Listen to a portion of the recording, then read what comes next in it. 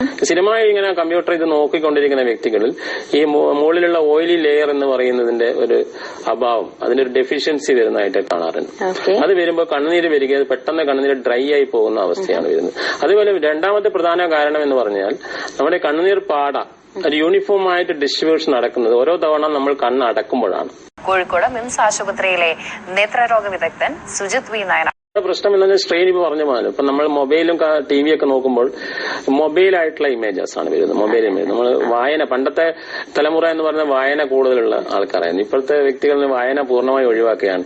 വായിക്കാനുള്ള കാര്യവും കൂടി അവർ ഈ തരത്തിലുള്ള മൊബൈലിലൂടെയും മറ്റുള്ള കൂടിയാണ് അവർ വായന നടക്കുന്നത്. അപ്പൊ വായന ഒഴിവായി, അതായത് ഈ റീഡിംഗ് മെറ്റീരിയൽസ് ഒഴിവാക്കുകയും അതിന് പകരം ഈ ടെക്നോളജിയെ ആശ്രയിക്കുകയും ചെയ്യുന്നതോടൊപ്പമാണ് ഈ തരത്തിലുള്ള ഡ്രൈനസും കാര്യങ്ങളൊക്കെ വരുന്നത്. അപ്പൊ ഡ്രൈനസ് വരുന്ന ഒരു കാരണം ഞാൻ പറഞ്ഞു, ഈ മൂന്ന്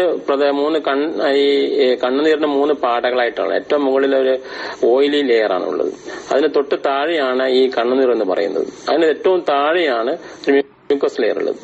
സ്ഥിരമായി ഇങ്ങനെ കമ്പ്യൂട്ടർ ഇത് നോക്കിക്കൊണ്ടിരിക്കുന്ന വ്യക്തികളിൽ ഈ മുകളിലുള്ള ഓയിലി ലെയർ എന്ന് പറയുന്നതിന്റെ ഒരു അഭാവം, അതിന്റെ ഒരു ഡെഫിഷ്യൻസി വരുന്നതായിട്ട് കാണാറുണ്ട്.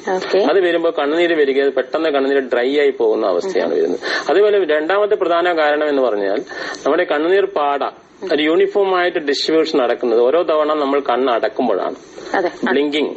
അപ്പൊ ഈ മൊബൈലും കമ്പ്യൂട്ടർ ഉപയോഗിക്കുന്ന ആൾക്കാർ ഈ കണ്ണ് അടക്കാൻ, പ്രത്യേകിച്ച് ഈ കമ്പ്യൂട്ടർ ഉപയോഗിക്കുന്ന കണ്ണ് ചിമ്മുന്നതിന്റെ എണ്ണം, ബ്ലിങ്കിങ് ഫ്രീക്വൻസി വളരെ കുറവായിരിക്കും. അപ്പൊ അവരോട് നമ്മൾ സ്വാഭാവികമായി പറഞ്ഞ് നിങ്ങൾ കോൺഷ്യസ് ആയിട്ട് കണ്ണ് അടക്കണം എന്നാണ് നമ്മൾ സാധാരണ അവരോട് നിർദ്ദേശിക്കാറുള്ളത്. പല IT ഫേംസിലൊക്കെ ബ്ലിങ്ക് യുവർ ഐസ് എന്ന് പറഞ്ഞ് എഴുതി വെക്കുന്ന ഒരു ശീലം തന്നെ ഇപ്പൊ വന്നിട്ടുണ്ട്.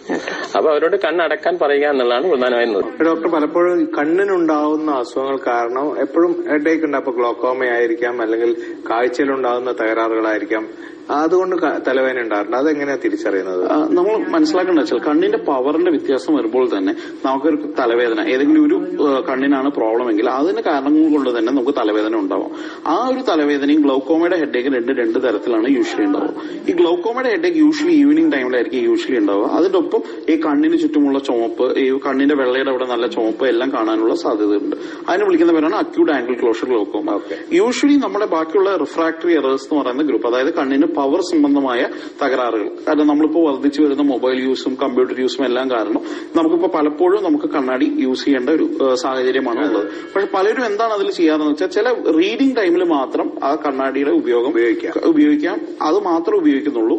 ഐഡിയലി ഇത് കണ്ടിന്യൂസ്ലി അവർ യൂസ് ചെയ്യണം. അതാണ് ഏറ്റവും ഐഡിയലി ഉള്ള ഇത്. എപ്പോൾ കണ്ടിന്യൂസ്ലി നമുക്ക് ഒരു കണ്ണാടി പ്രിസ്ക്രൈബ് ചെയ്തിട്ടുണ്ടെങ്കിൽ മാക്സിമം ടൈം അത് യൂസ് ചെയ്യുക, അല്ലെങ്കിൽ നമുക്കിത് ഇങ്ങനെ വിട്ടുവിട്ടിട്ടുള്ള തലവേദനകളെല്ലാം വരാനുള്ള സാധ്യതകളുണ്ട്.